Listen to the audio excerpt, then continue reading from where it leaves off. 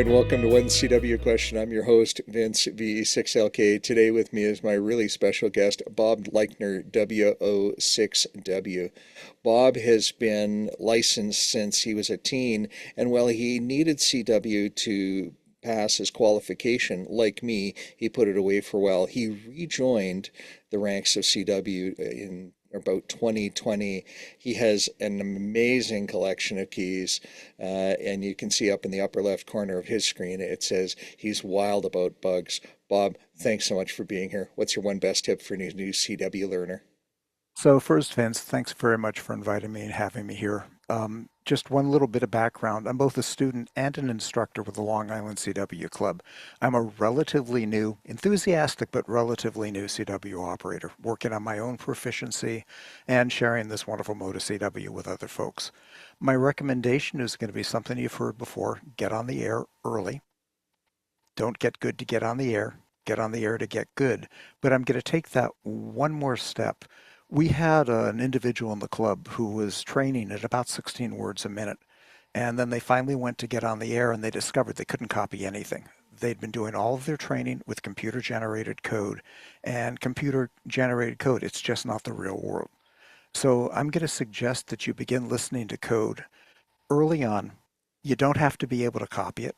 When you first start listening to the code, treat it as a game. If you can simply recognize that there are letters in there, there are sound patterns that are coming along, uh, don't have to know what they mean. Just recognize that they're there. As you build proficiency, you're going to start hearing things that are repeated.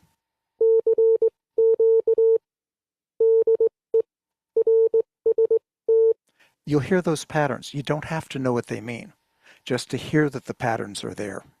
You don't have an HF radio? Not a problem. There are software-defined radios available on the web.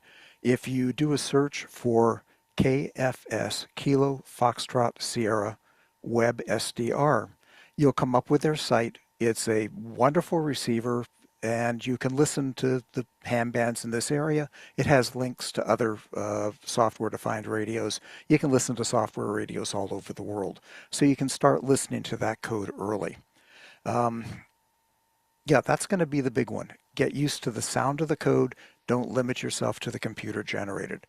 In LICW, we've got a class called Recorded QSO. We listen to recordings taken off of the air, basic QSOs, contest exchanges, all sorts of material. Listen to them, analyze them, get our ear used to the sound of interesting fists, contests, whatever.